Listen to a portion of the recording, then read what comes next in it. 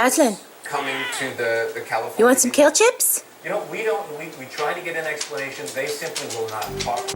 So first, you're going to want to get yourself a bowl. Beautiful kale.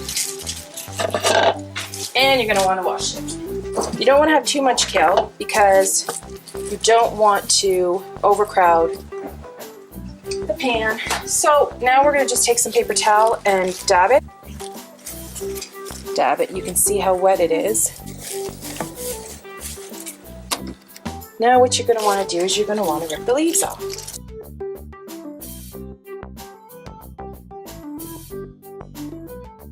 When you have your kale all in a bowl, it's time to season.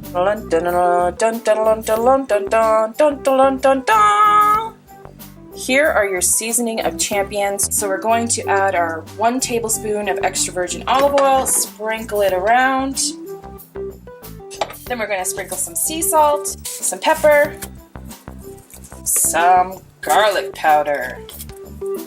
And then you take your cookie sheet and you put it on top of your bowl and you give it a good shake. Nice and gentle so you don't bruise your kale.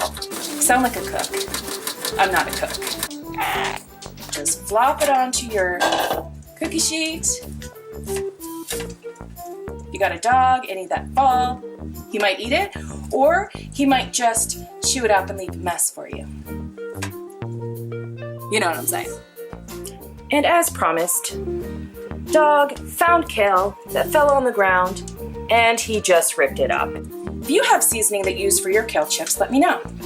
Okay, so now it's time to go into the oven. Heat your oven to 350 degrees. Depending on your oven, it's going to change the time spent in the oven with your kale chips.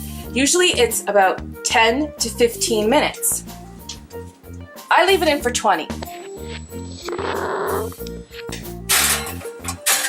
See you on the flip side. Are you ready to see the final product? Doesn't that look good? I'm gonna let it cool and then we're gonna taste it. This is a kale chip. You're welcome.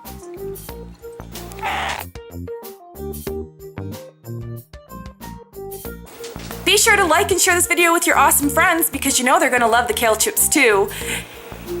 And you know, you've got to know that I already like you. Aslan, did you like the kale chips?